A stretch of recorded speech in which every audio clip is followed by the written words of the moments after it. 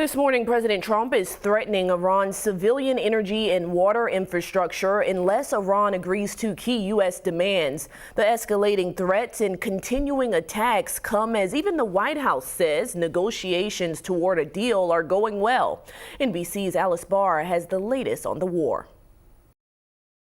New images from the war with Iran, with the U.S. military central command posting video of strikes on Iranian vehicles and aircraft, not saying when or where they happened, but noting they're targeting the regime's ability to project power beyond its borders.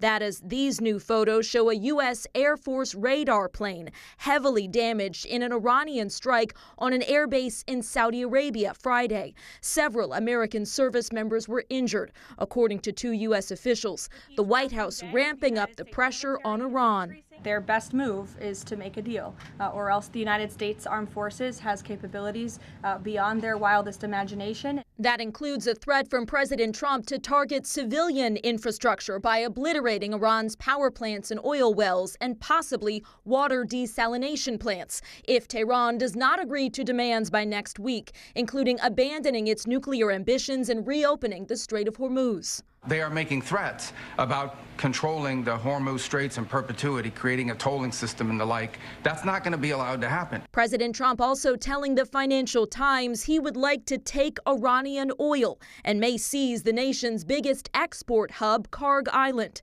And even as 3,500 additional U.S. troops arrived in the Middle East, President Trump insists great progress has been made toward a deal, revealing one of the Iranian officials he says the U.S. has been indirectly communicating with is the country's hardline parliament speaker, Mohammad Bagher Ghalibaf.